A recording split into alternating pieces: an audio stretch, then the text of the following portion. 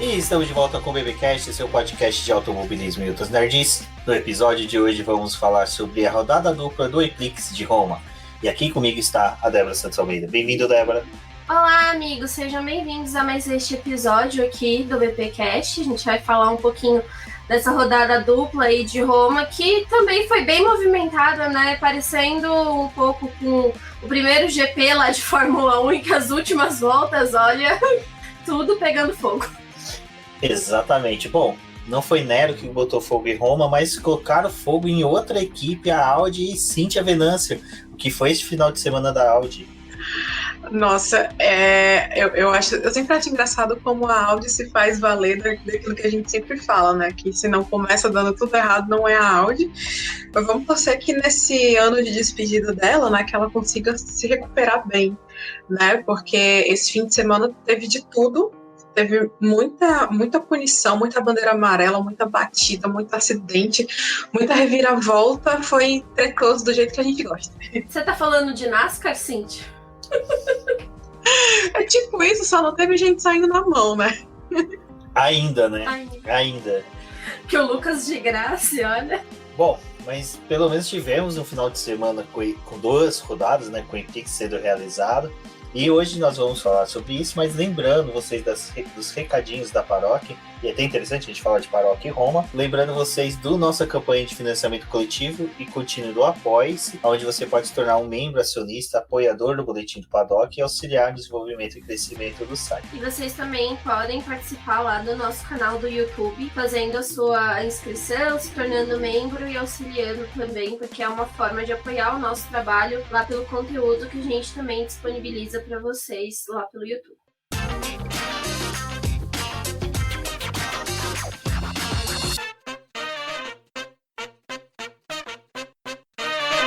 Bom, e o final de semana lá em Roma já começa, né? Porque o primeiro treino livre finalizou, mas não finalizou da forma que todo mundo gostaria, principalmente o Jean-Henrique Verne, que podemos dizer assim, ficou bem chateado, bem na bad ao final do treino, e que, Cíntia, gerou reflexos até depois do final de semana já finalizado, né? Não, exatamente. Lá no TL1, assim, tava indo tudo bem até acabar e não acabou, porque teve aquele acidente lá do Turvey com o Jake Dennis, com o Verne, e o Turvey disse que, tipo, a sinalização ficou meio confusa e tal, e aí ele saiu levando todo mundo, né? Acabou provocando um mega acidente. E, enfim, o Verne... É o Big One da NASCAR. Foi o Big One. O Verne, ele saiu do carro. A gente estava até conversando aqui antes da gravação, que eu achei que ele estava passando mal, sabe? Porque ele saiu do carro de um jeito, ele encostou lá na mureta, ele se abaixou e botou a mão na cabeça. Eu falei, gente, pronto, o cara tá tendo um troço lá, porque é por causa dessa batida, né? E eu não sei se ele tava só fervendo de raiva ou se ele tava realmente tendo um faniquito, né? Mas, assim, foi uma pena, né, o que aconteceu. Assim, como eu falei, o Turvey, ele falou que a sinalização não ficou clara para ele, mas como o próprio Bud e o Mitch Evans falaram depois lá da coletiva, é comum que, tipo, sabe, todo mundo treina largada. E o local desse treino, ele é combinado com o pessoal antes do fim de semana começar, né? Antes das atividades começarem. Então foi um vacilo do Turvey. É tanto que, assim, a punição dele foi só um aviso verbal, e, tipo, ele largou do pit lane na corrida, assim, ele nem, sabe, foi punido com perda de posição, essas coisas, né? Assim, ele só disseram pra ele, olha, cara, isso não se faz. Aí ele, tá bom, não vou mais fazer, desculpa. E ele também ganhou 6 pontinhos lá na superlicença dele, então isso é uma punição bem grave, né? E aí, assim, que faz totalmente sentido, né? Porque, ao contrário do acidente, que não fez sentido nenhum, né? Da postura dele depois que o treino acabou. Mas, assim, muito sem noção. É difícil realmente acreditar que um acidente desse tipo aconteceu, né? Porque é muito surreal mesmo. É engraçado, né? Porque simplesmente na transmissão, de repente, do nada, até o Kleber, que estava fazendo a transmissão pela TV Cultura, falou, olha, aconteceu um acidente ali, ninguém sabe por quê. Porque eu acho que era um momento que até o pessoal já estava desligando câmera, recolhendo as coisas, indo tomar um café, porque já tinha acabado o treino. De repente você vê o carro do Verne com a traseira quebrada, a BMW do Jack Dennis toda torta, e você vê o carro do Oliver Turner lá todo destruído. De repente você fala, cara, o que aconteceu? E foi, assim, monumental a cagada. Eu acho que não teria dado só uma reprimenda, não. Eu teria feito um corredor holandês, assim, colocado ele pra passar e todo mundo ficar apontando pra ele, dando risada da cara dele. Porque, cara, foi um acidente, assim, muito infantil. É muito parecido com aquele que o Hamilton fez em 2007 no GP do Canadá, em que ele fica olhando pro volante e, de repente, na hora que olha, opa, tem um carro aqui na minha frente, deixa eu frear.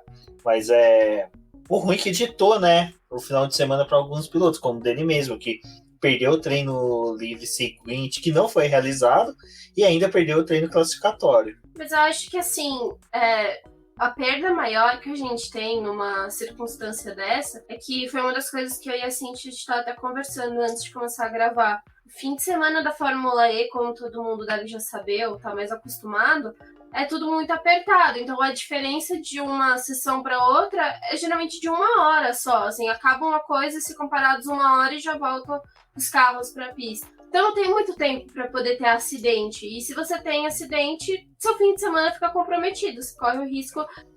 Uma das coisas que a gente estava conversando antes de gravar, né, eu e a Cintia, que a gente estava falando que o fim de semana da Fórmula E é muito apertado. Então a diferença geralmente de uma sessão para outra, para vocês que talvez já estão acostumados em acompanhar a categoria ou quem ainda não, geralmente a gente tem o shakedown na sexta-feira, quando tem etapa, rodadas duplas, e as coisas acontecem tudo no sábado e no domingo, tudo de uma vez, assim, diferença de 1 hora de uma sessão para outra.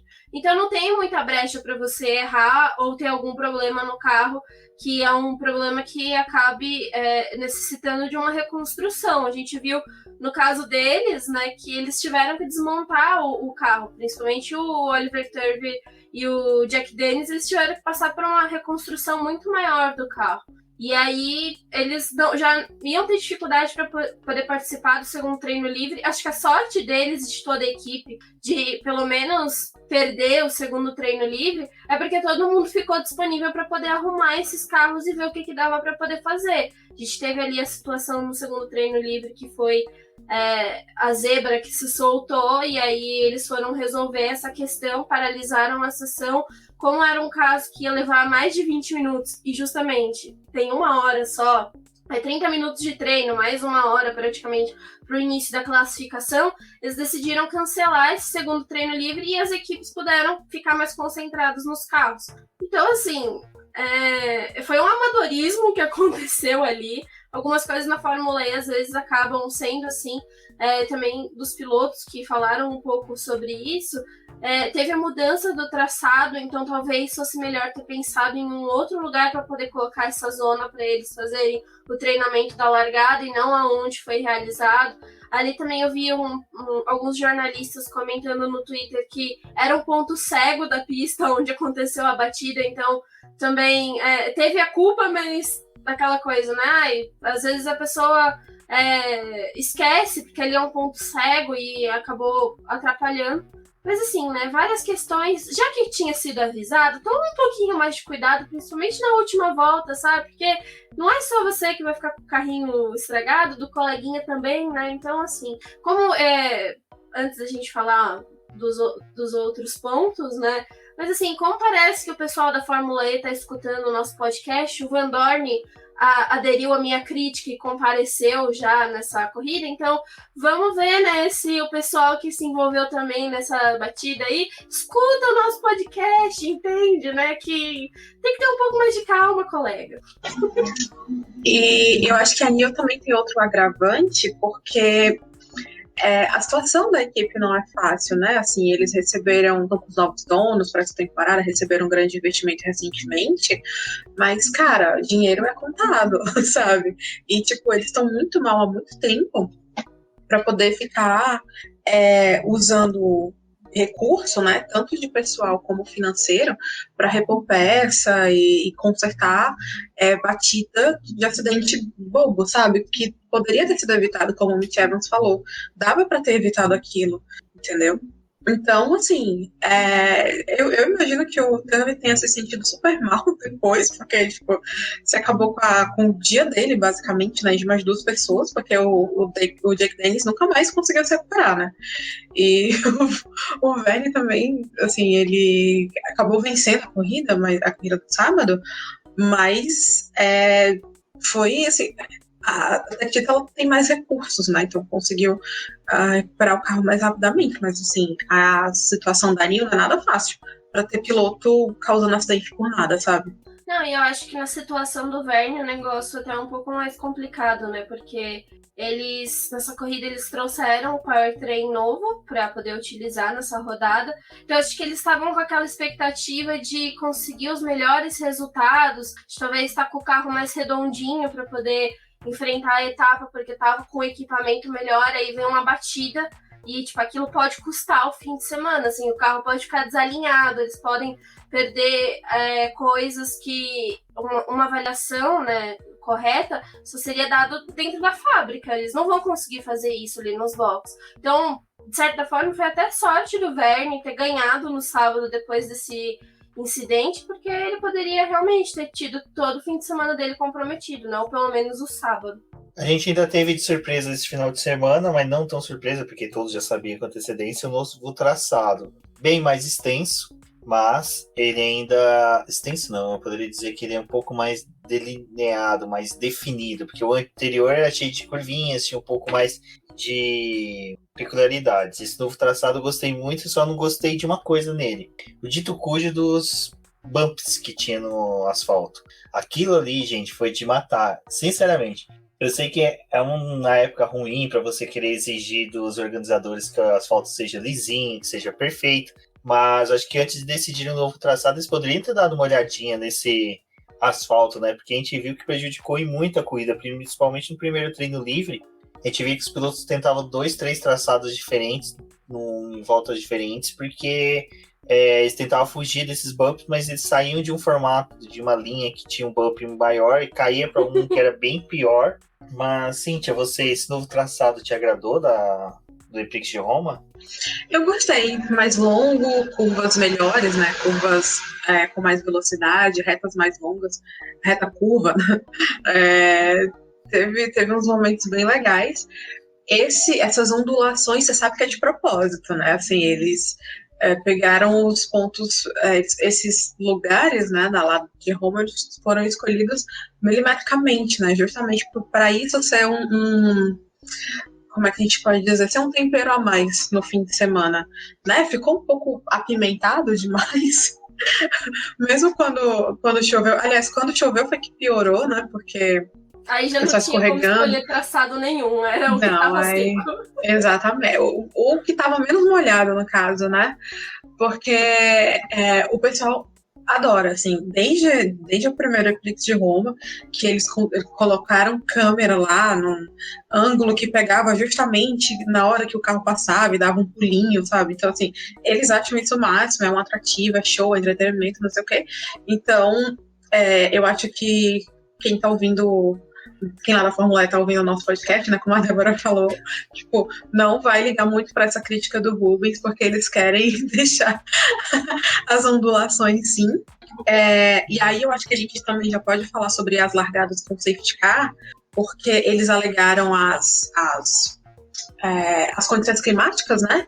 Para isso, porque a pista estava molhada e aí não estava tão seguro e tal, e que, como eu até coloquei lá no texto, né, assim, no sábado, o Bird, o Verne e o Evans, eles elogiaram essa decisão, diz que era o mais lógico e o mais sensato a se fazer mesmo, porque estava muito escorregadio e os pilotos precisavam dessas primeiras voltas para poder se ajustarem, né, se adaptarem àquelas condições, e o Verne falou que essa largada com safety car ela deveria ser adotada mesmo com pista seca, né? Então, hoje no domingo não estava tão molhado quanto ontem, né? Mas eles decidiram largar com safety car mesmo assim, até porque por causa da primeira curva, né? Então, tipo, aquela primeira curva, ela tinha uma possibilidade muito grande de ter um acidente gigante com vários carros, que é o que acontece às vezes na Fórmula E, né? Porque são o próprio Verne falou, são 24 carros tentando passar por um espaço que é tipo 6, 7 metros de largura, sabe? Não tem espaço para todo mundo, entendeu? E vai rolar muito contato, sabe? A corrida de alguém pode acabar nessa primeira curva, né? Como já aconteceu várias vezes. Então, assim, eu vi que muita gente reclamou, eu vi jornalista famoso, sabe, reclamando, achando um absurdo, achando que eu não sei o quê, mas, assim, foi pensado na segurança, entendeu? Dentro das possibilidades da categoria, foi pensado na segurança, e, cara, honestamente, pra mim não atrapalhou em nada, sabe? As relargadas, né, as largadas em andamento foram muito boas, não teve acidente trilocão, assim, e não atrapalhou em nada na corrida. Não sei o que vocês acham. Acho que sobre o novo traçado, eu gostei, assim, parece que deu um pouco mais de possibilidade de ultrapassagem para o pessoal realmente aproveitar um pouco mais, mas eu acho que a questão dos bumps, infelizmente, é uma das coisas que eles acham muito atrativa para Roma, então aquilo é algo muito legal, eles posicionam várias câmeras, acabam pegando vários takes ali dos carros pulando, não sei o quê. Só que eu acho que por ser uma corrida de rua, a gente tem que pensar, né, que foi uma das coisas quando o Câmara veio aqui e até conversou com a gente, é que diferente de um traçado de rua de Fórmula 1, por exemplo, que costuma que a parede é um pouco mais reta, da Fórmula E parece que ela tem umas quinas. E aquilo acaba que você, qualquer erro, você tá batendo numa quina dessa, né? Tudo que a gente viu durante o fim de semana inteiro, nessa busca do pessoal por um traçado melhor, para poder conseguir buscar a volta melhor, muita gente encostando nesses muros de contenção e arrancando, né, as propagandas ali, as faixas, que é sensacional. Todo mundo com raiva dos patrocinadores. Ninguém queria exibir a marca de ninguém no circuito. Eu até tava olhando os carros, pareciam aqueles carros de noiva, sabe? Quando o pessoal termina de casar, que fica com as latinhas, com os negócios tudo amarrados no carro. Genial! Era aquilo, gente, assim, estavam inspirados realmente em Roma, já aproveitaram a bênção do Papa, né? E aí já foram com os carros de noiva para poder correr a etapa do Eprix de Roma. E eu acho que isso que foi muito complicado, sabe? Porque o pessoal buscava um traçado melhor, dava de cara com o muro. Aí voltava, dava de cara com o muro de novo. Meu, era um negócio assim, que depois a gente viu acontecendo até com o Van Dorn e com outros pilotos. Vou tentar desviar do fulano aqui pra fazer a ultrapassagem, caía no bump e batia, sabe? Tipo, não tava fácil pra ninguém esse traçado. É legal, mas Fórmula E, se vocês estiverem escutando nosso podcast, tentem rever, sabe? Alarga um pouco mais os paredão, sabe? Os fotógrafos conseguem andar mesmo apertadinho. A gente passa por perrengues muito maiores do que precisar de uma via muito larga pra gente passar, a gente dá um jeito. Mas os pilotos tá difícil, viu? E eu acho que sobre a largada com safety car, eu não curto muito, não acho muito legal. Eu acho que é um anticlímax, assim, porque você quer ver a disputa da largada e porque tá todo mundo muito perto. A gente viu também na segunda corrida que teve um distanciamento do pessoal, tanto que teve gente que foi punida porque não tava conseguindo acompanhar o ritmo do safety car. Parabéns, Robin Franz. Parabéns, Robin Franz. Voltando a ser citado, né?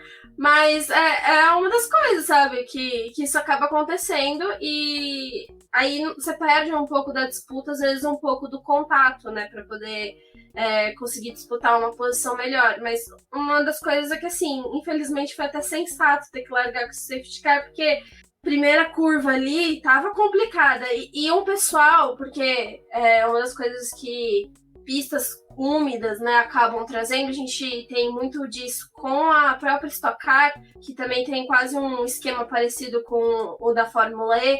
Quando eles vão fazer a classificação, eles fazem uma classificação dividida em grupos, dá chance para o pessoal que está mais abaixo na tabela e que às vezes tem um carro pior, conseguir um tempo melhor porque a pista vai evoluindo. E esse pessoal que às vezes tá largando lá, que costuma estar no fundo, largando na ponta, eles acabam que não tem destreza nenhuma pra largada, assim, tipo, pra dar um show de batida, né?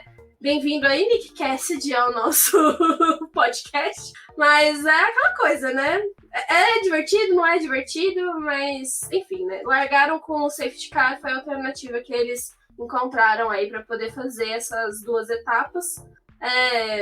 Não curti muito, mas é o que teve para hoje. Para corridas que começam com piso molhado, acho que é até interessante, porque é uma coisa que eu até conversei com a Débora depois. Eu vou tentar entrar em contato com a Michelin para ver se eles passam especificações do pneu. Porque eu não senti tanta confiança nesse pneu. Mesmo eles falando que é um pneu de normal, que é radial igual que a gente utiliza nos nossos carros, eu percebi que realmente era um pneu que não dá uma estabilidade tão boa para os carros. Tudo bem que o carro da Fórmula E ele é um demônio entregando potência, né? Ele entrega de uma vez e realmente patina, mas só que tinha momentos em que o carro simplesmente estava em linha e ele simplesmente sambava nas ruas e não era uma coisa que era em decorrência de entrega de potência, era mesmo falta de aderência. Nossa, o Buemi, acho que no quali, foi no quali. Cara, ele tava patinando muito. Isso que você falou, assim. Você via a dificuldade dele de controlar o carro. E é o Buemi, né? Um cara, assim, muito experiente. Uhum. Então, realmente. Mas, assim, é aquela coisa, né? Tipo, é o pneu bom pra correr de chuva e tal, mas, assim, qualquer coisa que você tá fazendo a, sei lá, 250 km por hora fica mais complicado, né? Mas aí... Inclusive, a Michelin que está saindo, né, nos próximos anos, a partir da era Gen 3 vai ser substituída pela Hankook. Vamos ver se eles conseguem trazer um pneu melhorzinho nesse aspecto, né? Inclusive, Débora, fica aí a dica para você entrar em contato lá com eles. Porque eu falo, nem é para começar com a chuva e corrida com largada normal. Seria mais interessante mesmo você ter durante a corrida os pilotos confiança para poder guiar.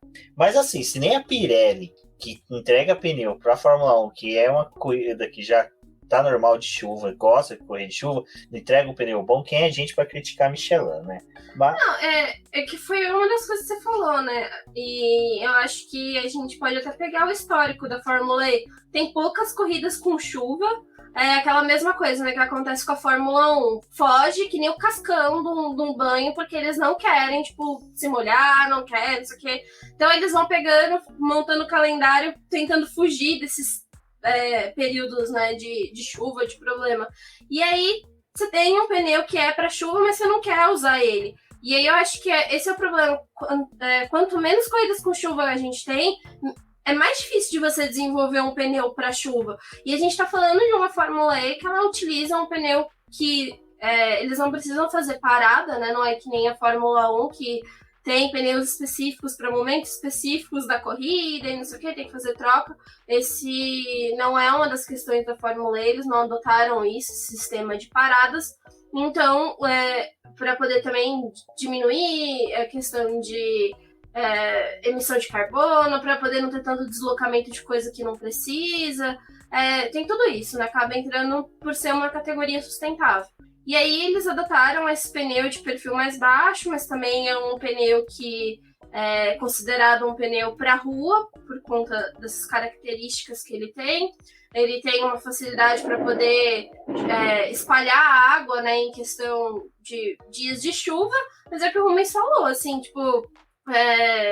não mostra nenhuma aderência, acho que não dá nenhuma segurança para o piloto tentar fazer uma boa volta. Tanto que a gente viu ali já no domingo, durante a classificação, os tempos assim muito altos. A pista estava mais úmida, choveu até, mas eles não tinham muita confiança para poder acelerar o carro, porque eles iam dar de cara com o muro. Então, os pneus, eu acho que para chuva, apesar dessa coisa de a gente consegue ser pro seco e pro molhado, só que não colou muito não funcionou muito bem não, sabe? Não curti. Eu também tenho minhas questões com os pneus de chuva da própria Fórmula 1, eu acho que deve em várias situações, tanto que a gente vê quando chove demais, os carros não conseguem andar também ali na Fórmula 1, mas... na Fórmula E, mesmo com essa coisa de diversidade, não funcionou muito. Uhum. Só dizer uma coisa a respeito ainda sobre a declaração dos pilotos sobre a pista. O Sam Bird, ele chegou a dizer que, na opinião dele, o lugar da largada estava errado, assim, não era para ser ali, justamente por conta da sequência de curvas estreitas, né, e 90 graus. Ele até sugeriu um outro lugar que era tipo ali perto Sabe aquela parte onde ficava o modo ataque? Que eram duas retas e tinha aquele espação ali gigante. Ele sugeriu por ali, ele acha que onde ficaria melhor, que aí não teria tanto problema, já que tinha muito mais espaço, cabia mais gente, né? E eu concordo com ele. E aí, assim, poderia até evitar essas largadas com safety car, mas vamos ver aí, né, se para o próximo Epic de Roma eles mantêm o traçado e só alteram lá os lugares de largada, né, e de treino da largada depois do treino livre, ou não sei. Esse negócio do modo ataque é tipo assim, a gente sabe que o modo ataque você vai ganhar uma vantagem que é a potência, mas você vai perder às vezes uma posição porque você vai ter que sair do traçado normal, né? Mas eu achei em Roma, cara, tipo, os carros estão passando em um lado e é tipo 3 metros depois pra você pegar o modo ataque. Tipo, você não perdia uma posição, você perdia 3, 4, sabe? A gente viu o Lucas de Grassi, né, nisso, ele... acho que a Audi ali estava muito concentrada em, olha, você vai pegar o modo ataque agora e você vai perder algumas posições, mas você vai conseguir recuperar porque você está pegando depois, então você vai ter potência depois, né? Mas a gente tem trechos muito apertados da pista e ali onde colocaram o modo ataque era realmente, assim, tipo, super distante do traçado regular deles. Bom, mas antes da corrida a gente ainda teve, né, a pole no sábado do Van Dorn, que, né, garotinho, parecia, como a Débora falou, parece que ouviu a gente das nossas zoeiras com ele, de que ele havia sumido nessa estreia da temporada 2021 da Fórmula E. As orações da Cíntia deu certo, o garoto fez uma boa largada, mas que droga, né, Cíntia? O garoto não teve uma boa sorte ali já nessa corrida de sábado.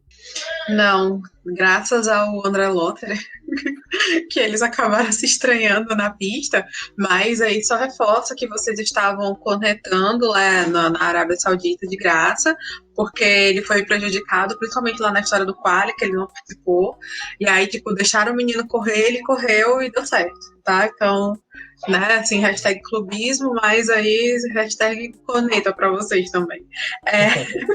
Mas foi legal de ver o desempenho dele.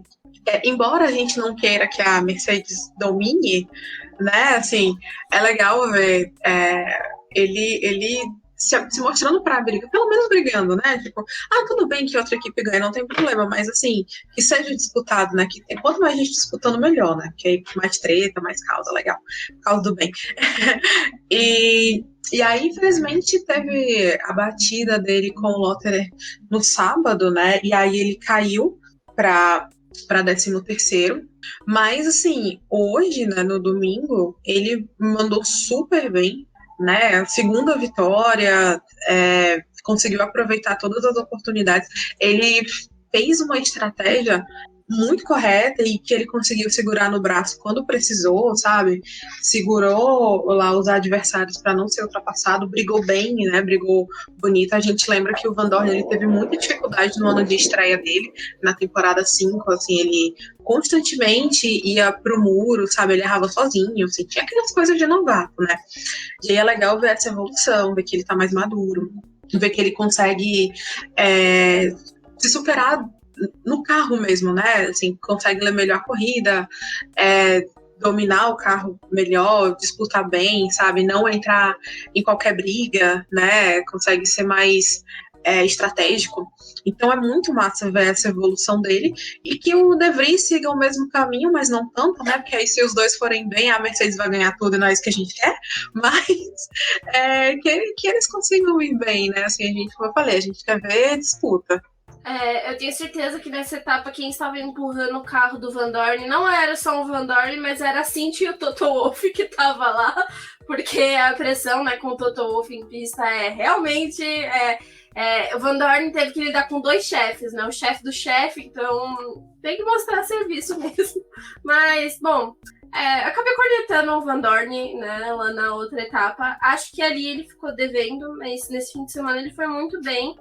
Ter conseguido a pole, uma vitória no domingo é algo muito bom para uma equipe e para um resultado. A gente sabe que a Fórmula E é muito disputada, então conseguir esses feitos acabam melhorando todo o desempenho do teu campeonato.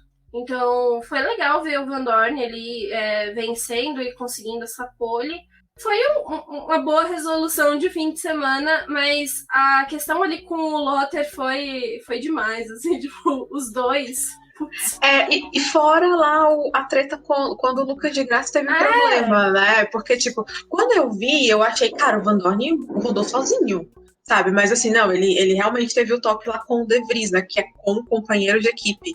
E ele tava se recuperando bem, porque pouco antes desse toque acontecer, ele tinha passado o De Vries. Não sei se foi por ordem de equipe, mas passou bem, passou limpo, sabe? Também sem nenhum problema.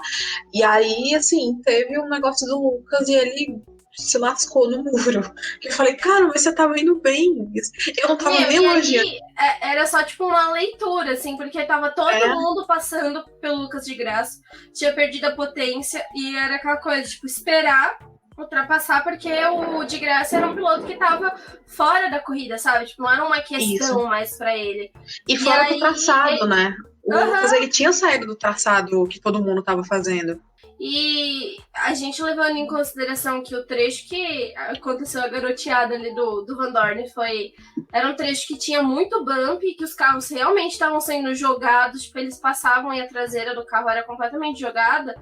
Era tipo, acho que só prestar atenção. Cara, eu tô aqui num lugar que não é favorável pra mim poder fazer isso, eu posso esperar, porque o de Graça tá me dando a posição, sabe? E aí ele vai e bate. Então, tipo, ali também foi um ponto que eu falei, putz, cara, tipo, o Van Dorn de novo. De novo, Van Dorn. Mas tudo bem, né? Van Dorn, que está escutando muitos de podcast, resolveu fazer eu ficar quietinho no domingo e ganhar a corrida. Não, o desempenho do Van Dorn nesse final de semana, acho que mesmo com o incidente de sábado, mostra que ele, quando quer acertar a mão, assim, no ponto de correr bem, de ter um bom desempenho, ele se torna imbatível. Eu acho que a zica mudou de lado dos boxes da Mercedes, porque esse foi final de semana do Nick De Vries, né? Ele ficou totalmente apagado, entrou líder do campeonato, saiu com o mesmo número de pontos, não teve um ganho de ponto. E agora o Van Dorn já alcançou ele, né? Então é engraçado como aquela coisa que a gente fala que a Fórmula E é extremamente competitiva. Não dá para você afirmar que o cara vai disputar o título só porque ele já saiu líder numa etapa, porque simplesmente na etapa seguinte ele pode não estar mais disputando. E é uma coisa que eu tava comentando com a Débora, que é a questão do Lucas de Graça, né? Que o cara sai novamente zerado. Ele, sabe, a etapa anterior, se não me engano, acho que chegou a fazer só 6 pontos ou 2, não me recordo agora a pontuação dele. 6, né? 6. Uhum. Ele tá numa situação bem ruim e, como a Cintia falou, torcer para que a Audi acerte a mão. Mas... Eu posso só falar um negócio do Lucas? Foi o Pedro Carvalho, né, que a gente tava conversando no Twitter, né, e ele, mas a situação aqui do Lucas de Graça na corrida de sábado, ele ainda pode conseguir um pódio, né? Eu falei, não sei, né? Tá todo mundo muito apertado. Eu acho que fui eu que ziquei o Lucas de Graça, que eu falei, não sei se ele vai terminar no pódio. Tipo, eu não sei se a Audi precisa. Eu não sei se a Audi precisa de gente pra zicar, porque às vezes eu acho que como o Rubens diz, né? Ela se auto-zica-se a si mesmo. Né? Se auto-obligar a si mesmo. Exatamente. Muita força de vontade pra não terminar uma corrida. E aí o Pedro falou, aí depois, 5 segundos depois, tipo, o Lucas sem potência nenhuma. Eu falei, ai, gente. Eu fui falar que o Lucas não ia estar no pódio, mano. Por que eu fiz isso? É ruim, principalmente pro Lucas, porque com a saída da Audi, a gente não tem expectativa dele, nem informações se ele tá negociando com a equipe. Ele já falou algumas vezes até de parar, então... eu, pelo menos, queria muito que ele parasse, pelo menos tendo um bom campeonato. Não precisa sendo campeão, mas, sabe, disputando vitórias, conseguindo pódios. Eu acho que ele, pela história que ele construiu dentro da categoria e pelo piloto que ele é dentro da categoria, é interessante que ele tivesse uma despedida, até a Audi mesmo tem uma despedida gloriosa dentro da Fórmula E. Mas, infelizmente e aparentemente, não será este ano que nós teremos essa despedida do Lucas muito bem. Torcer para que ano que vem esteja outra equipe. Calma que o campeonato é longo, né? E assim, eu acho que o de graça é o cara que você não pode subestimar nunca, sabe? Assim, né? E assim, ele já falou que ele já recebeu propostas, né? Boa. De outras equipes. Só que ele disse que ele sim, está avaliando, mas ele só vai continuar se ele tiver chance de disputar campeonato onde ele for, né? Tipo, ou seja, sei lá, se a Dragon quiser ele não vai, sabe? É, tipo isso. Então, vamos ver, né, o que vai acontecer, mas assim, eu recomendo, aconselho, né? Vocês não subestimem. Só isso. Vamos torcer, né, para que surja uma vaga aí numa equipe boa. Também com a saída das montadoras pode vir também outras equipes para Fórmula 1, para Fórmula E que tem interesse de ter já aí o conhecimento do Luquinha. Bom, e do outro lado a gente teve, né, o Verne, né, que também começou mal, começou lá todo rezando um Pai Nosso à beira da pista, como a Cíntia falou, que ele já saiu bem zoado do carro no acidente, mas ele venceu a corrida de sábado, né, Débora? Venceu e aproveitou, né, ali a situação do Lucas de Grassi. Eles estavam numa disputa muito intensa. Foi uma das coisas que eu falei ali pro Pedro, né, que realmente eu não sabia se o de Grassi ia ter chance de terminar no pódio. Não era nem só por conta, tipo, do desempenho da Audi, né, mas por conta também do Verne, que estava com o powertrain novo e com toda aquela sequência de gente ali, né, o Bird, o Evans, todo mundo muito perto. Então, os 6 primeiros colocados dessa corrida estavam próximos, a disputa deles ali pela utilização do modo ataque estava muito intensa. Foi uma das coisas que acho que Roma acabou proporcionando, porque a gente tinha aproximação dos pilotos em muitas partes ali do grid. Então, um saía para poder pegar o modo ataque, o outro já assumia a posição, aí tinha toda essa inversão deles na pista. Então, realmente, era difícil de você definir quem ia ganhar. Mas o Verne, ele tava com sangue, né, de vencer mesmo ali. Acho que as disputas que ele vem tendo já na Fórmula E acabam colocando ele nessa posição de precisar trazer bons resultados. E acho que foi um momento que ele tentou aproveitar ali todas as circunstâncias. E o abandono do Lucas de Grassi foi um dos fatores assim, que auxiliou muito ele nessa vitória, mas foi uma das coisas que ele falou, né, também. A corrida terminou com a bandeira vermelha ou foi com safety car? Agora eu não lembro, Cíntia. Acho que foi com safety car. Safety car, né? Uhum. E foi uma das coisas que ele falou. Na outra corrida, ele perdeu por conta do safety car, e aí agora ele teve a chance, né, de vencer com o safety car. Então, essa construção também para ele foi bem interessante, porque na outra prova ele não conseguiu pegar o modo ataque, então nessa ele estava super ligeiro, vou pegar o modo ataque, já vou me resolver com isso daqui.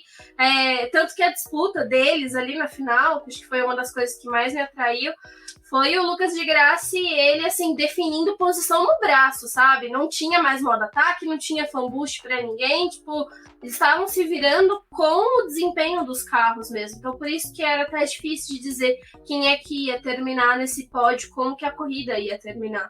E aí o Verne cruza a linha de chegada, né, com a primeira posição.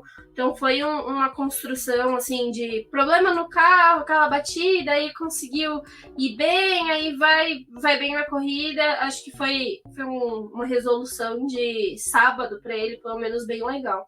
E essa questão do Verne, ela também é importante para a briga interna, né, da Tektita, que a gente sabe que, apesar de eles não estarem tão bem no campeonato, querendo ou não, os olhos sempre vão estar voltados para eles dois, porque eles são uma dupla extremamente competitiva, né, são os atuais campeões, o Verne é bicampeão, a Tektita é campeão, da Costa é campeão, e assim, o Verne, ele não tinha pontuado ainda. Tanto que a pontuação dele é justamente os 25 pontos da vitória, né? Ele está em 8º no campeonato, o da Costa está em 10º, né, com 21 pontos, que foi o terceiro lugar dele na segunda corrida lá de Díria, e essa pontuação que ele conquistou na corrida de hoje, né? Hoje não, hoje ele abandonou com o pneu furado. Mas, enfim, ele conquistou lá 6 pontinhos, então tá com 21 pontos.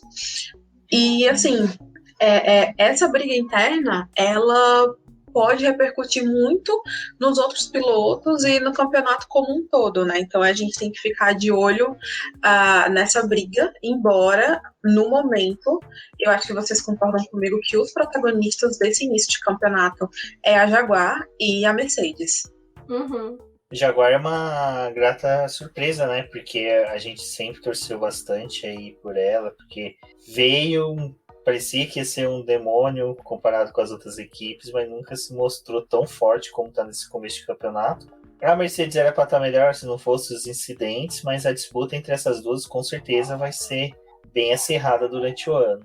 Eu também concordo, acho que foi uma surpresa a gente ter ali no sábado, né?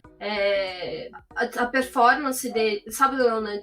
É no sábado. A performance deles, dos dois carros e dos dois pilotos indo muito bem. Então a conquista de pontos deles foi bem legal e eles agora vão para a próxima etapa em Valência, liderando o campeonato. Na Sunbird é o líder com 43 pontos e o Mitch Evans com 39. Então eles conseguiram virar ali o jogo, né, do campeonato. Mercedes também está muito bem ainda. O Van Dorn em quarto lugar com 33 pontos e o Nick De Vries em quinto com 32. A diferença deles é só de 1 ponto. Então é um bom começo, né? Eu esqueci de 1 ponto de melhor volta do Van Dorn. Isso. Deixa eu só corrigir a informação que eu falei do Da Costa. O abandono dele foi no sábado mesmo, ele teve o pneu furado. No domingo ele chegou em sétimo. Aí ganhou 6 pontos. É interessante também que, né, que a Tech Cheetah tá com um powertrain novo, tirando a vitória do Verne. O Da Costa teve um final de semana bem apático do que a gente esperava dele, piloto que vai defender o título. Mas o campeonato tá começando, né? Eu acredito que ainda tem muito por vir, muitas mudanças de calendário que possam acontecer. Então, a gente pode ter várias mudanças aí no cenário da temporada. E a gente falando, né, dos pilotos que estão aparecendo, como o caso dos pilotos da Jaguar e da Mercedes, nós tivemos, né, o Alexander Sims, que, cara, fez um final de semana muito bom. O sábado teve a condição de chegar em segundo lugar. Gostei da alegria dele. No sábado ele abandonou. No sábado, ó, obrigado. É mesmo. Coitado, acho que eu me recordo que eu até fiquei com a bad, quis fazer uma brincadeira de ter Sims no Twitter falando que alguém tinha desativado a função dele durante a prova, mas... Maldade. Sorte que Deus tocou meu coração, falou, não faça isso, filho, já basta que você fala mal do Van Dorn. Mas o Alexander... Só pode escolher um piloto pra falar mal, Rubens, não pode ser isso. E o Sims, ele usa óculos, né? A gente não pode falar mal de quem usa óculos. Mas não, o Sims, ele não é nerd, ele é inteligente, segundo aquele filme que a gente assistiu ontem, que agora eu não lembro o nome. Esquadrão Trovão. Vocês falam mal dele porque ele passou em 15 concursos públicos e vocês não, tá? Né? 15 concursos públicos, é piloto e usa óculos, porque o capacete dele cabe o óculos. E é dançarino também. E piadista, cara, ele é muito bom. Ele é aquele primo que a família toda fala bem dele e você é o lixo que só fica falando besteira na internet enquanto seu primo tá passando em concurso público, tá ganhando 10 mil por mês, é o Sims, e você tá xingando no Twitter, é isso. Exatamente. Ele é o primo que quando chega no Natal, no Ano Novo na sua casa, você já fala, putz, meu momento de mostrar como eu sou fracassado pra família. Ele é o primo que você não pode dar um par de meia, entendeu? Você tem que investir um dinheiro pra poder dar um bom presente pra ele, porque o par de meia não condiz com o talento. E ele é autorizado pela família inteira a fazer a piada do pavê no Natal. Né? Já que ele é o único que chegou de carro esporte, né? E você chegou de golzinho refrigerado a ar. Enfim, a gente falando do Sims, mas foi legal ele ter chegado em segundo lugar. Ele conseguiu ali um bom resultado para a Mahindra, que a Mahindra é uma equipe que parece que tem um amor muito forte pela categoria, né? Todos os montadores falando que vai sair, mas a bichinha tá ali aguerrida. E até uma coisa que eu falei pra Débora que seria interessante se a Mahindra investisse pelo menos nas cores da Force India. Da Índia, na pintura do carro, porque aquele vermelho tá bonito, mas já tá na hora deles mudar. Mas você fala da Mahindra e esse amor, né, pela categoria, eu acho que é muito reflexo do Gil Baguil, né? O Gilzão da massa, como já diria Thiago Alves, que ele é um cara extremamente carismático, assim, ele é muito pra cima, né? Ele é uma pessoa muito expansiva, né? E todo mundo gosta dele. Então, a equipe acaba seguindo, refletindo essa personalidade, né? E é muito legal de ver. E é interessante, assim, porque ele é muito expressivo, né? Ele tem como a gente chama aqui no Ceará, ele faz muita marmota durante as transmissões. Ele tá, sabe, quando é hora ele é o Toto Wolff que não é artificial, né? Enquanto que o Toto Wolff, você vê que tem uma artificialidade, e ele não, ele é natural. Porque o Toto Wolff, ele é meio carrancudo, quase robótico, assim, né? O Gilbert Gill, não, ele é pra cima, sabe? E aí, quando ele tá lá tendo os mini infartos dele na hora do qual, ele fica fazendo assim, né? Batendo o punho fechado, batendo no peito e olhando pro monitor, e aí ele fica com raiva, e aí ele fica feliz, porque hoje foi um dia muito de paradoxo, né? Porque o Sims foi pro pódio e o Alex Lynn foi punido porque ele não ativou o último modo ataque, sabe? E aí teve um drive-thru convertido em 30 segundos ao tempo final, ou seja, totalmente lascado, sabe? Mas assim, o Beck estava feliz porque teve o Alexander Sims para salvar a pátria, né? E pro Sims também é legal ver isso, porque ele foi para a equipe nova, apostando na carreira, né? Apostando nesse projeto novo, porque ele não estava tão feliz na BMW, ele achou que podia se dar melhor na Mahindra. Então é legal também ver quando uma aposta como essa dá certo, né? Pelo menos em algum momento, assim, tem algum momento que dá fruto. E é legal ver isso.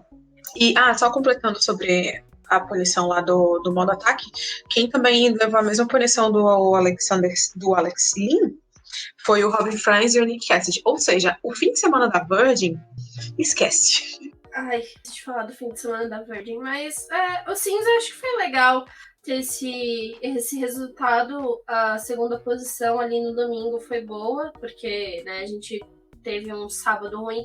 Eu acho que é bem legal quando a gente tem rodadas duplas na Fórmula E, em que se o piloto tem algum problema no sábado, ele consegue se recuperar no domingo. Porque acho que você já acaba tendo uma leitura diferente, você já tá, tipo, já sabe o que fazer na pista, tipo, você sabe que você teve um erro, um problema ali, então você, essa coisa da Fórmula E ser muito competitiva, é realmente, você precisa conquistar pontos, trazer essa diferença, porque é isso que vai movimentar o teu campeonato no restante do ano, né? Então a gente sabe que nem sempre os pilotos vão conseguir manter uma constante ali de bons resultados, mas pelo menos se aproveitar dos momentos que você tem para poder conquistar pontos valiosos é algo que acaba definindo muito as posições no restante do campeonato. Então, pro Sims foi bem legal e, cara, a dancinha dele indo pro pódio, tipo, perfeita, nota 10. Sensacional. Sensacional. Um piloto completo, então gostei demais desse resultado dele. Bom, e falando em resultado de pilotos que conseguiram feito, mas não fizeram bem feito na largada, temos o Gostei Nick dessa frase, Cassidy. hein, Rubens? Porque o Nick ali, cara, eu fiquei feliz na hora que ele fez a pole. Eu falei, caraca, que bacana, né? Primeira pole dele e tal, numa condições tão adversas. Aí na largada, né, toca a flautinha, musiquinha lá do Titanic, porque não foi bacana. E eu vi muita gente falando, nossa, eu perdi a largada, na hora que eu olho o cara já tá lá em último. O que aconteceu? O que aconteceu é que ele nasceu, né? Sabe, ele escorreu na baba do Kiwi. Tadinho. Não, o pior é que, assim, o Cassidy, ele é um ótimo piloto. Uhum. Mas, sim, ele é jovem, inexperiente e ainda tá se adaptando na Fórmula E, né? Porque eu também fiquei muito feliz com a pole dele, sabe? E eu fiquei mais feliz ainda por ter visto a pole ser disputada por 2 novatos, né?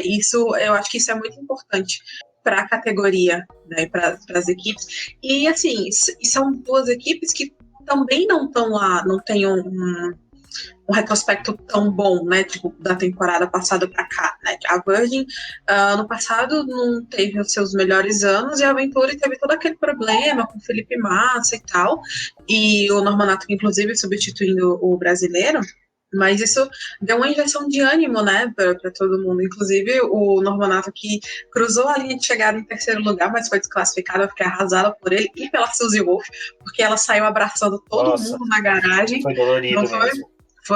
Ele foi punido, assim, muito severamente, porque foi realmente desclassificado. Sabe outro momento que tocou a musiquinha da flautinha? Foi a comemoração do pódio.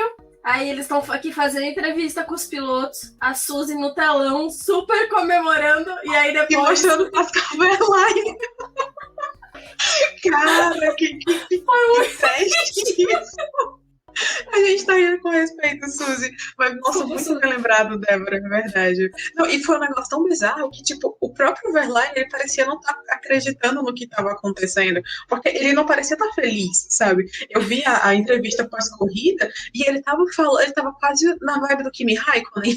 Tem piloto que não gosta de herdar pódio assim, sabe? Tipo, quer ganhar na pista. Exato, e aí ele tava muito Kimi Raikkonen, assim, muito, sabe, eu acho muito afim, falando baixo, sabe? Eu acho que esse pódio foi tipo assim, era melhor ter colocado o Cassidy, ele recebia o troféu, estourava o champanhe, aí depois a Fórmula E, pois bem, vamos punir ele aqui, porque aí eu evitava o constrangimento, sabe, do coitado do Wehrlein, porque ele não tava feliz. Cara, olha, Bruna Rodrigues, se você estiver escutando este podcast, porque a gente sabe que você torce pro Pascal, foi bom ter perdido, tá bom? Esse resultado. E até interessante que eu rodei agora no Instagram, apareceu justamente o vídeo da rodada do Cassidy. Cara, ele rodou sozinho, coitado. Tipo, sabe, parece que... Sabe, a gente tava eu tava zoando que, tipo, alguém desativou as funções do Sims lá aquela hora. Parece que uma mão invisível deu um totozinho na roda traseira do carro dele, que ele rodou sozinho, cara, é impressionante. O Nato atrás deve ter falado, cara, o que eu fiz? Que botão que eu apertei aqui que o cara rodou? Porque... O Nato só fez assim no retrovisor, ó. Bu! Aí ele se assustou e rodou, tadinho. Mas é que a Cintia falou, é piloto estreante, vai aprender. Outros pilotos também tiveram fases ruins, mas é interessante que ele mostrou muita velocidade numa pista que a gente estava comentando agora há pouco. Tava tendo os bumps, então uma leitura boa da pista faria diferença. E ele conseguiu uma pole assim que, cara, merece todos os louvores. Acho que a equipe deve ficar feliz com ele deve ficar feliz. O que aconteceu na corrida foi uma fatalidade, foi uma coisa muito triste, mas é aquela coisa, né? Vida que segue, vamos para a próxima etapa.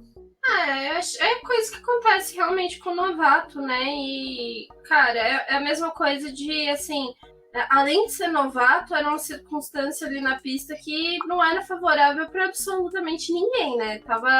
A pista tava úmida, você encontrar o ponto para poder frear é muito mais complicado. Aí eu acho que ele, tipo, vou frear um pouco mais à frente, talvez seja melhor. Perdeu já o ponto de freada e ali já não tinha mais o que fazer, né? Acabou sendo prejudicado, mas isso é uma coisa que o piloto só acaba aprendendo guiando mais, e não é coisa que você aprende em simulador, assim, tipo, infelizmente é você ter o contato com o carro na pista mesmo e ver esse tipo de viver, né, esse tipo de circunstância, porque do contrário você não vai aprender, e acho que aquela coisa, né? Pilotos que não estão tão acostumados a largar na frente, a saber que você que vai ditar o ritmo da corrida e não é quem tá atrás de você, porque você estando liderando, é você que dita o ritmo da corrida, tipo, é você que vai influenciar o restante do pelotão. Então ele tinha muito mais controle, mas por não ter esse domínio, você acaba se perdendo. Tipo, aí você sente que o piloto que tá atrás de você tem mais condição, você apavora e roda, né? E aí acontece tudo o que aconteceu. Então, realmente, assim, foi triste de ver, mas rolou, né? Exato. Bom, e agora, né, a gente falando aqui, o pessoal percebeu que a gente pulou um piloto que a gente gosta muito. Não falamos dele, porque o final de semana do Serginho Sete Câmara, olha... Meu Deus do céu. Eu acho que ele... É sério, gente. A gente tem que começar, já que a gente fala que gosta de fazer corrente de oração, a gente tem que começar a fazer corrente de oração para São Jorge, para ver se ele resolve o dragão, que é o carro dele. Para ver se São Jorge ajuda, porque, olha, não tá dando. Aquele carro ali, ele não é zicado. Ele é a própria zica personalizada no carro. Porque o que o carro tem de bonito, Nossa. Ele tem de ruim, sabe? Olha, é complicado esse fim de semana do Sérgio, né? Acho que a gente tem que falar, assim, Roma, eu não sei se foi tudo isso, mas eu acho que tem um pouco de relação e foi uma das coisas que também aconteceu ali, né, durante a primeira corrida. Os bumps acabaram influenciando no carro do Sérgio Trapani, e aí eles tiveram um pico de energia, o carro dele parou, aí ele retornou para a corrida, foi punido com drive-thru. Tipo, uma das punições mais pesadas que tem numa corrida é o drive-thru. E aí, né, aconteceu todo esse problema. Aí a gente vai para a classificação no domingo. Ele tava, assim, vindo numa volta muito boa, com chance de passar e disputar a Superpole. Era importante porque o carro da Dragon, no fim de semana, assim, ele teve momentos em que ele tava entre os 10, conseguiu uma 4ª posição, mas a gente sabia que em treino livre aquilo não era algo palpável, porque a pista, a situação climática estava mudando muito rápido. Então, para qualquer piloto liderar ou qualquer outra coisa, assim, não era algo muito palpável. Para a Dragon, então, assim, não era palpável mesmo, porque eles não iam trazer o powertrain para essa etapa, só devem apresentar ele em Mônaco. Eles já estavam vivendo um déficit para o restante do pelotão. Então, assim, já era um fim de semana que não ia ser bom para a Dragon. E aí eles tinham que realmente aproveitar as situações. O Sérgio Sete Câmara, quando ele esteve aqui, que a gente fez uma entrevista com ele, ele falou isso.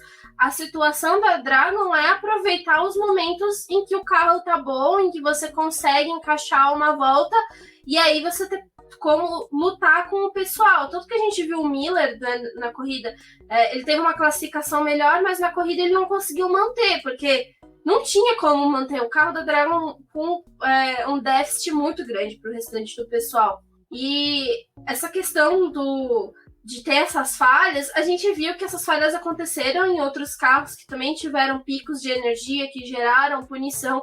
Mas, assim, da Dragon foi um negócio muito marcado, porque o final de semana deles foi pautado por isso, sabe? Tipo, ele teve o problema na primeira corrida, depois na classificação do domingo. A sorte do Câmara, infelizmente, ele não pontuou, e é um grid muito apertado, porque 24 carros, só 10 levam pontos. Ele terminou na 12ª posição no domingo.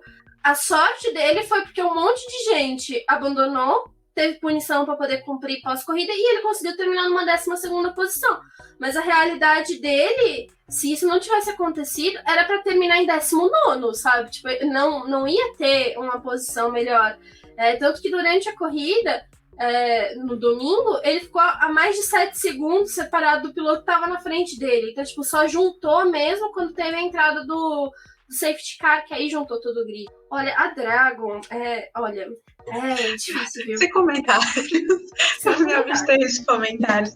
Mas isso é realmente muito verdade, muito sério, né? Eu até estava anotando aqui todas as punições, pelo menos as mais relevantes durante o fim de semana. E, cara, o Sete Câmara, ele foi punido por esse negócio do pico de energia 3 vezes. Cara, 3 vezes o mesmo problema. E o Miller foi punido uma vez, né? Os dois foram punidos no sábado lá com drive-thru. O Sete Câmara ainda teve um problema de excesso de velocidade na bandeira amarela do sábado. E é muito assim, ele teve esse problema, ele não ganhou vantagem, ele corrigiu a velocidade e mesmo assim ainda foi punido com um acréscimo de 5 segundos.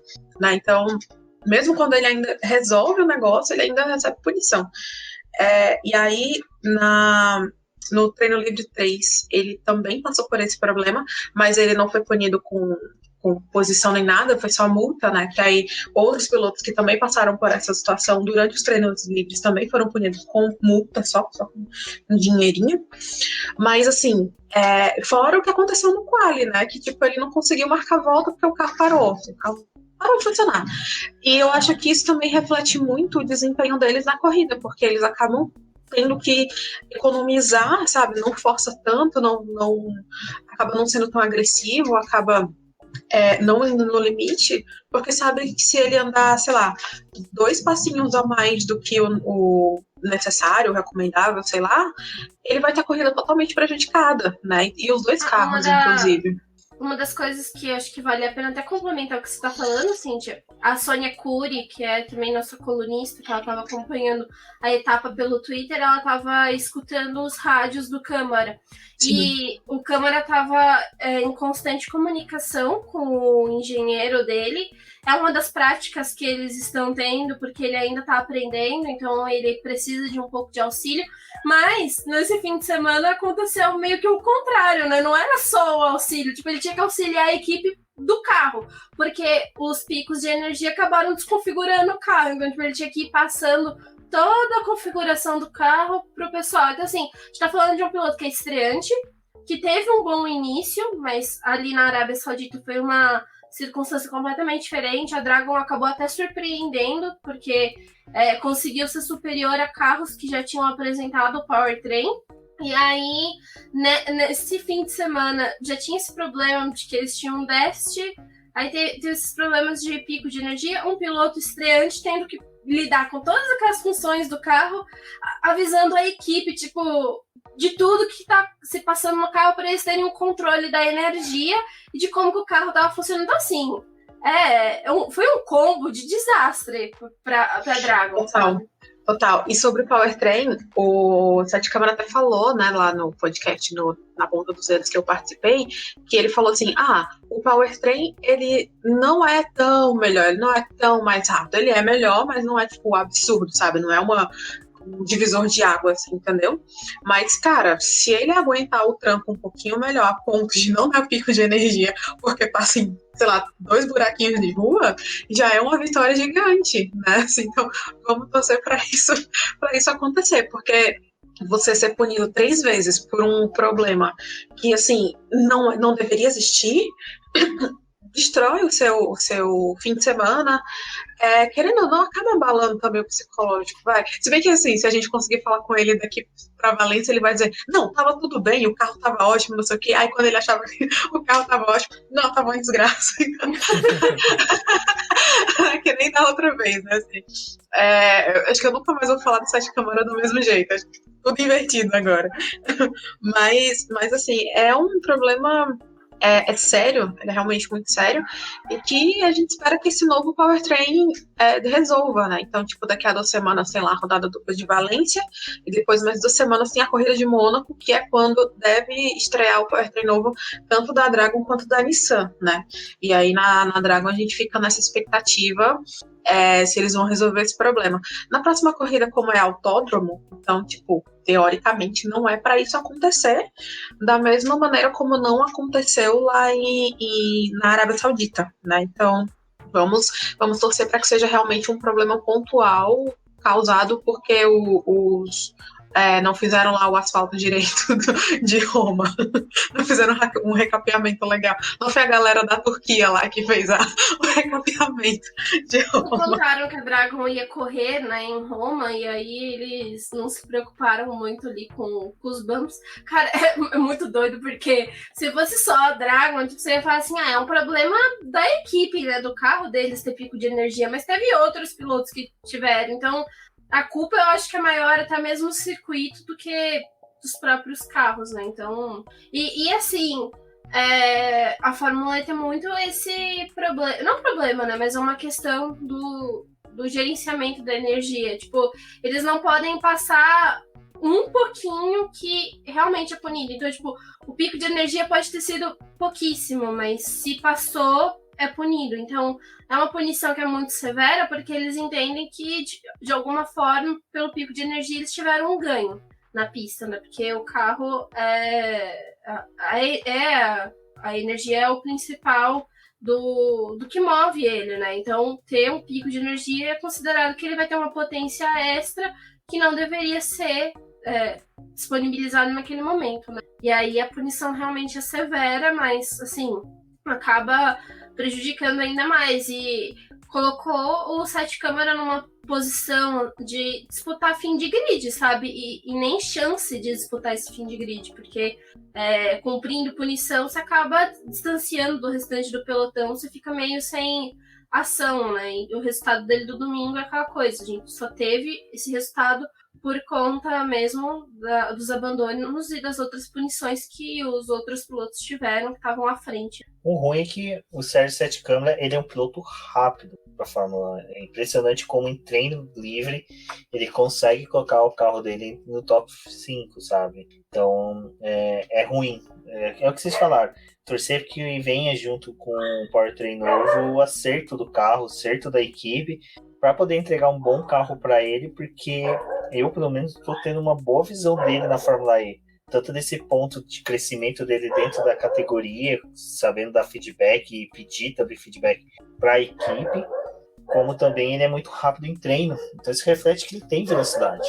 O ruim é que parece que todas as zicas culminam naquele carro dele. Tem uma coisa que acho que até a gente mesmo já debateu aqui, né? Que, tipo, ele deve estar muito na cabeça de fazer o melhor trabalho possível, pensando em conseguir vaga numa equipe melhor na próxima temporada, nas próximas temporadas e tal. E que você estava falando, e eu lembrei que a Hazel Southwell, lá do Inside Electric, ela estava em Roma, né? Ela foi uma das poucas jornalistas credenciadas para ir.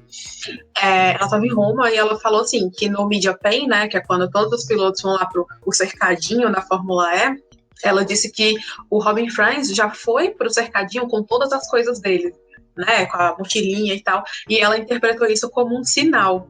Então, tipo assim, se alguém estiver de saída da Virgin, então o Sete Câmara pode ser que ele já se apresente como uma alternativa, né, e a gente já tá começando a silly season da Fórmula E agora, para a próxima temporada, né, então vamos ver. Exato, a gente já começa agora, né, Silly Season, já vamos fazer nossas apostas, nossas cadernetinhas de apostas, e uma aposta que não está sendo muito boa da gente é no Fantasy, né, porque diga-se de passagem, eu esqueci novamente, a Cintia deve ter esquecido também, só a Sônia que lembra, e a Sônia tá liderando, então, pessoal, vamos nos recordar aí do Fantasy para poder fazer as apostas lá, porque pelo menos pra gente não ficar entre os últimos, né. Eu acho que eu apostei na pole do Van Dorn, eu vou até conferir aqui, peraí. Eu tô muito bem, eu só acertei a pole do Van Dorn, só fiz 10 pontos e atualmente estou na colocação número 272. Tá bem, poderia ser pior. Eu nem sei como é que eu tô, nem vou dar uma olhada. Mas no Brasil eu tô em 7º lugar, porque o negócio não tá carregando aqui direito. Carregou só o seu e parou, né? Só deu pra ver isso. Mas é isso, gente. Sabe, não tem. Porque é Fórmula E, né? Assim, você acha que é uma coisa e aí de repente é tudo ao contrário. É o mundo invertido do automobilismo. Agora, só pra. Eu tô realmente ficando meio obcecada com as punições das corridas, e aí esse fim de semana teve muito, eu tenho uma folhinha inteira só de punição aqui, que eu tô mostrando pros meninos, e eu queria chamar a atenção para duas, que eu achei bizarríssimo, que foi justamente aquela do Robin Franz, que ele, na hora lá do safety car, ele ficou muito longe, né, do carro que estava na frente, que quando eu vi que essa punição tinha saído, eu achei que era por causa do Cassidy, porque era ele que estava na frente. Porque, tipo, como é que você tá no meio do pelotão e você mantém uma distância maior que 10 carros para a pessoa que tá na sua frente? Gente, isso não faz sentido, sabe? Assim, parabéns, Robin, essa foi muito boa. Mas eu ainda acho que não supera a do Tom Blomqvist, que também tá sempre querendo tornar as coisas da Neil, tá querendo sempre viver no modo hard, né, junto com a Neil. E, tipo, ele foi punido porque na hora dele ir pro quali, né, eles saem da garagem e ficam na frente ali do pit lane. Aquela linha que eles ficam chama de fast lane. E aí ele foi para essa linha antes do que ele deveria. Tipo, ele deveria ter esperado 30 segundos para ir, né? E ele foi antes desses 30 segundos. E aí ele acabou perdendo 3 posições no grid de largada no sábado. Então, tipo, tem umas coisas assim que não fazem muito sentido, né? E aí teve outras. Por exemplo, um negócio que a gente também poderia comentar é que, tipo, hoje, né, no domingo, a Nissan foi para a pista com os 2 carros dispostos assim, a brincar de Mario Kart total, jogando coisas nos outros carros, né? Porque o Roland estava provocando acidente, o Buemi provocou acidente também, inclusive os 2 foram punidos, né? O Roland, ele recebeu 10 segundos e o Buemi 5 segundos, porque ele tirou de graça da corrida. E, cara, hoje eles estavam, eu até coloquei que eles estavam pilotando rolo compressor, porque eles estavam realmente dispostos a, tipo, sair passando por cima de quem fosse. Uma das coisas que a gente tava conversando aqui durante a corrida cara, o Buemi, ele é um piloto rápido, mas ele é um piloto super desastrado, assim, porque ele consegue fazer umas coisas que você... tipo assim, aconteceu um problema na Fórmula E. Cadê o Buemi? Porque o Buemi, ele sempre tá envolvido, sabe? O nome do Buemi, o pessoal ali do controle, né, dos comissários, o nome do Buemi, ele já tá lá, entendeu? Assim, independente do que vai acontecer na pista, o nome do Buemi já é marcado como um piloto que eles já vão procurar as imagens, eles já levantam as imagens do Buemi, porque o Buemi é um desastre, velho. Você sabe aquele meme que a Marge chama o Bart quando acontece alguma coisa? Chama o Bart, o que foi? Não, força do hábito. É tipo isso com o Buemi. Nossa, difícil, viu? E acabou com a corrida do Lucas de Graça, né? Porque, olha, o Lucas de Graça também sem sorte alguma nesse fim de semana. Teve o azar de se encontrar com o Buemi e foi outro, né? Que não tinha necessidade alguma de fazer o que fez ali, sabe? Bateu na traseira do Lucas de Graça, jogou ele pro muro, danificou todo o carro do Lucas e ele abandonou. E o Buemi continuou ali na pista, né? No modo pare, como a Cíntia falou no Mario Kart, né? Tava ali no modo pare, assim, pronto pra poder destruir mais um, porque, como a Cíntia falou, foi punido. E o pior, foi punido e ficou ainda na zona de pontuação, né? Porque olha que sorte que teve também. O Roland também, né? Porque ele foi... Aliás, minto, ele estava com sorte, porque ele recebeu essa punição, ele conseguiu garantir uma posição boa, mas aí nas últimas curvas ele foi tirado, né? Foi quase tirado da corrida por causa do Nick De Vries, que tipo, cara, eu acho que se a gente jogar no Google agora, otimismo, a gente vai encontrar a manobra do Nick De Vries tentando ultrapassar o Sam Bird e o Roland ao mesmo tempo naquela curva, que, cara, não fazia o menor sentido. O De Vries foi punido com a perda de 5 posições no grid de Valência, porque, gente, assim, foi o momento Alex Lima dele na Arábia, porque não dava para passar ali, simplesmente não dava. Mas ele queria o que queria, aí fez um strike, né? Aí devolveu o que o Roland estava fazendo com todo mundo, mas infelizmente tirou o Sam Bird da corrida, que vinha num fim de semana, assim, maravilhoso, sabe? Ele estava indo muito bem. Como a gente falou, né? Esse começo de temporada da Jaguar tá muito bom e tá deixando a gente sonhar, né? Tá iludindo bem, inclusive eu não quero dizer coisas boas do Sam Bird, que é pra não zicar, mas ele se adaptou muito rápido e a Jaguar tá indo muito bem, então pode dar trabalho. Continuar nesse ritmo, vai ser candidato a título com certeza. E eu falo, né, Buemi já devia ter sido aposentado, vocês falam que eu sou maldoso. O cara tava literalmente um cachorro louco fora da coleira esse final de semana. Então... e só para concluir com a história das punições, o Bird, nesse acidente, né, que ele foi tirado da corrida pelo De Vries,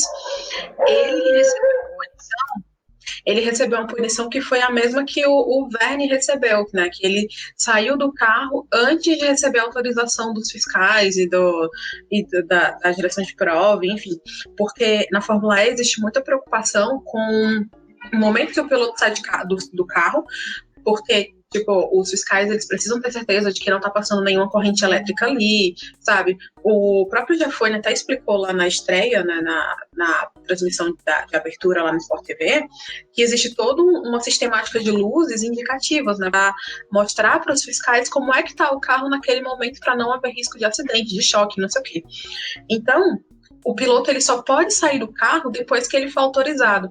E aí o Sam Bird, ele saiu antes disso e ele foi, a equipe, né, foi multada, que foi a mesma coisa que aconteceu com o Vergne, né, assim, naquele acidente lá do TL1, que ele foi abalroado por todo mundo, ele saiu do carro antes da autorização e, tipo, ele recebeu uma multazinha e recebeu um aviso verbal, né, que é aquela mesma coisa, né, que fizeram com o Turves, assim, então, Janérico, tá vendo isso aqui? Você não pode fazer isso, você promete que não vai mais fazer? Ele disse, prometo, pronto. Aí é a história do aviso verbal. E o Bird, ele passou por uma situação parecida, porque realmente não pode, né? A gente lembra que lá no Festival de Berlim, o Nick de Vries, ele também recebeu uma punição por isso, né? Porque ele saiu, ele deixou o carro enquanto não podia, né? Então, esse excesso de preocupação com a segurança da Fórmula E, ela é justificável e tem punição para isso, né?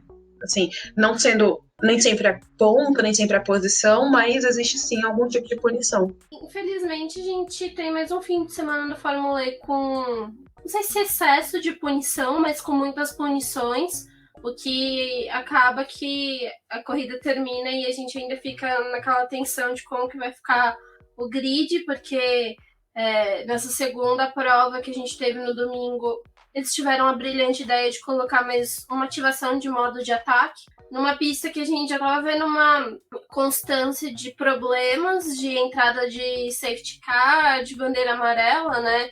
A full course yellow no circuito inteiro. E aí eles colocaram mais uma ativação do modo de ataque, o que praticamente daria assim, cerca de 10 minutos assim, para cada uma das ativações, porque a gente tem 40 minutos de prova. No comecinho eles não costumam ativar, porque eles esperam dar aquela distanciada entre os pilotos para poder verificar o momento para poder utilizar. Então eram 3 momentos de decisão para poder ativar esse modo ataque.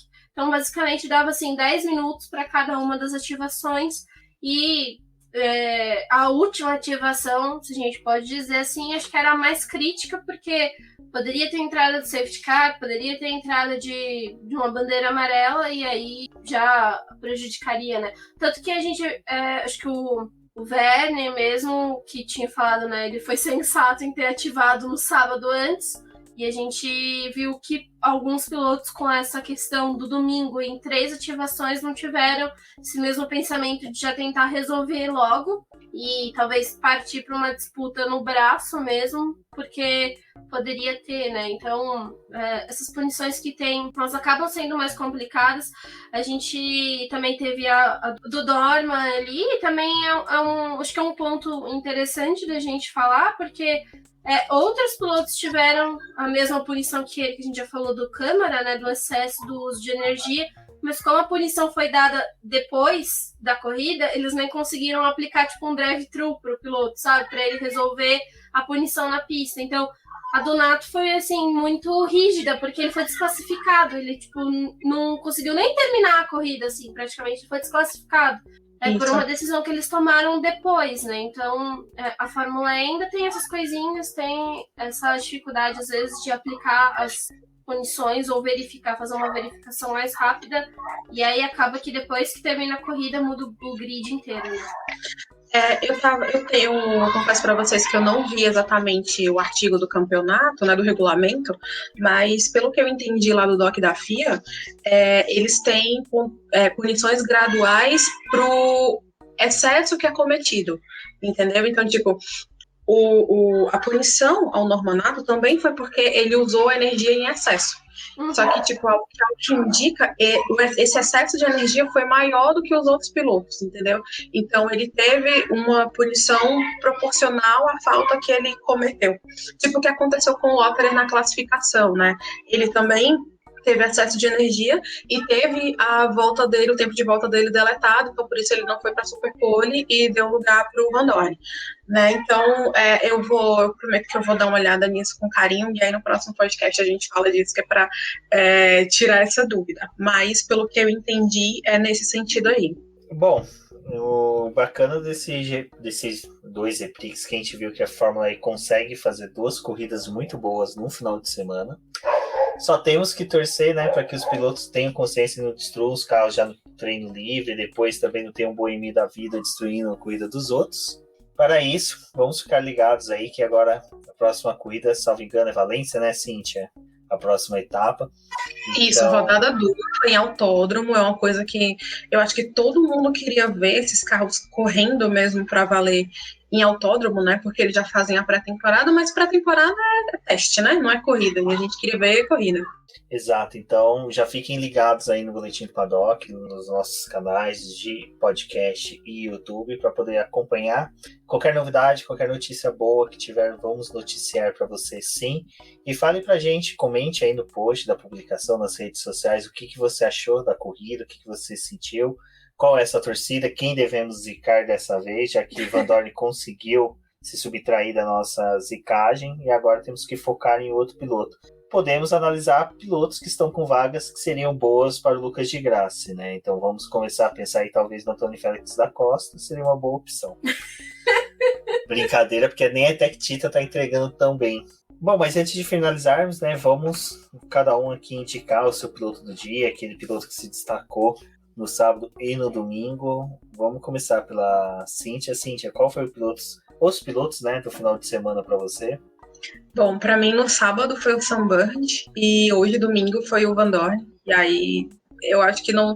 Eu não consigo ver outros nomes, tá? Então, desculpa aí quem desculpa. Olha, eu não tinha pensado no sábado. O meu pensamento foi mais do fim de semana, no modo geral. Eu acho que pra mim foi o Sims, por ele não ter ido bem no sábado, por ter abandonado, né, não ter completado a corrida. E aí no domingo ele conseguiu terminar no pódio, na segunda posição. Então eu acho que foi como eu falei, né, acho que foi bem grato essa conquista dele no domingo.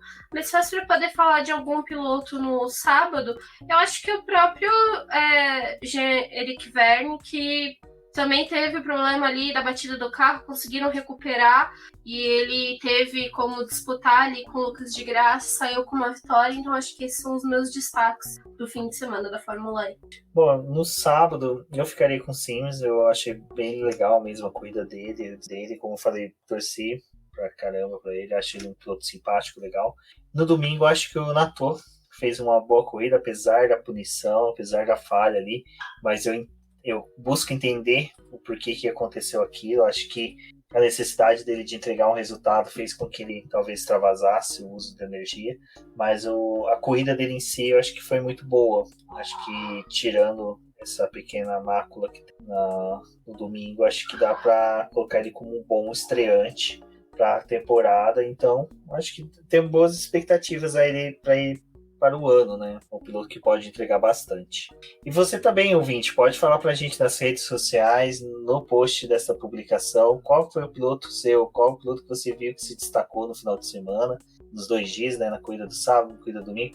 Fale pra gente aí também onde você ouviu e acompanhou a corrida, se assistiu lá pela TV Cultura, pelos links que a gente disponibilizou durante a transmissão na internet, lá com o nosso querido Kleber, que esteve aqui na live nossa passada. Se você não assistiu, vai lá no canal do YouTube, assiste a live nossa de quinta-feira, que conversamos com ele falou bastante da história dele e também conversou um pouco sobre Fórmula E.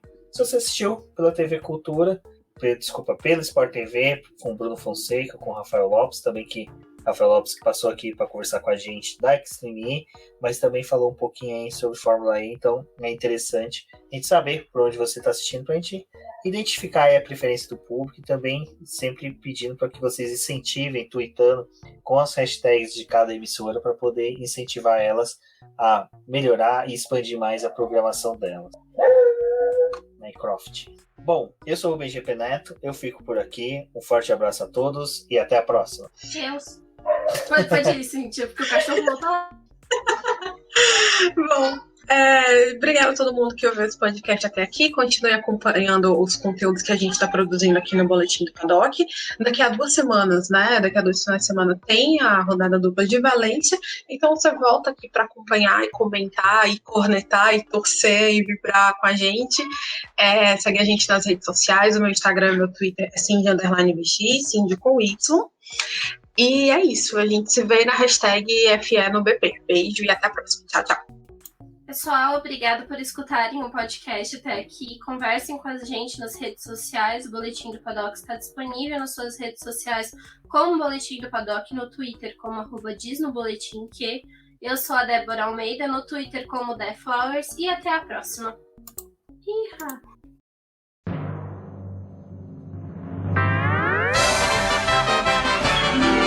Agora chegou a hora de agradecer aos nossos acionistas, aqueles que auxiliam o Boletim do Paddock através do financiamento coletivo e contínuo do Apoia-se, ou que se tornaram membros do nosso canal no YouTube. E são eles: Ricardo Bannerman, Maia Barbosa, Eliezer Teixeira, Luiz Félix, Arthur Felipe, Rafael Celone, Will Mesquita, Antônio Santos, Rogério Froner, Helena Lisboa, Cássio Machado, Carlos Del Valle, Antônio Santos, Bruno Vale, Eric Nemes, Bruno Shinozaki, Alberto Xavier, Will Bueno, Ricardo Silva, Beto Corrêa, Fabrício Cavalcante, Arthur Apóstolo, Sérgio Milani, Melquiades Veloso, Micael Souza, Ezequiel Bale, Silneu Messi, Rafael Arilho, Rafael Carvalho, Fábio Ramiro, Lauro Vizentim, Maria Ângela, Thaís Costa, Rafa Catelã, Giane Casalec, Carlos Eduardo Valese, Tadeu Alves, Paula Barbosa, Lehaniel, Leandro Nogueira, Bianca Mes, André Brolo, Bruno Lima, Ivan Grego, Maicon Tavares, Thalita Santos, Diego Machado, Gabriel Salaf, João Guilherme, João Rai, Gustavo Frigoto, Denise Velke, Sônia Cury, Lucas Bernardes, Mari Coelho, Eloy Pérez, Cecília Meirelles e Caroline Costa. Muito obrigado a todos que apoiaram o Boletim do Paddock. E se você quer também se tornar um apoiador, um financiador ou um acionista do Boletim do Paddock, basta acessar a publicação desse podcast. Lá tem o banner do Apoie-se, ou caso você é inscrito no canal do Boletim do Paddock, está ouvindo pelo YouTube, aqui embaixo tem o botão para se tornar membro do canal do Boletim. Se tornando membro ou apoiador,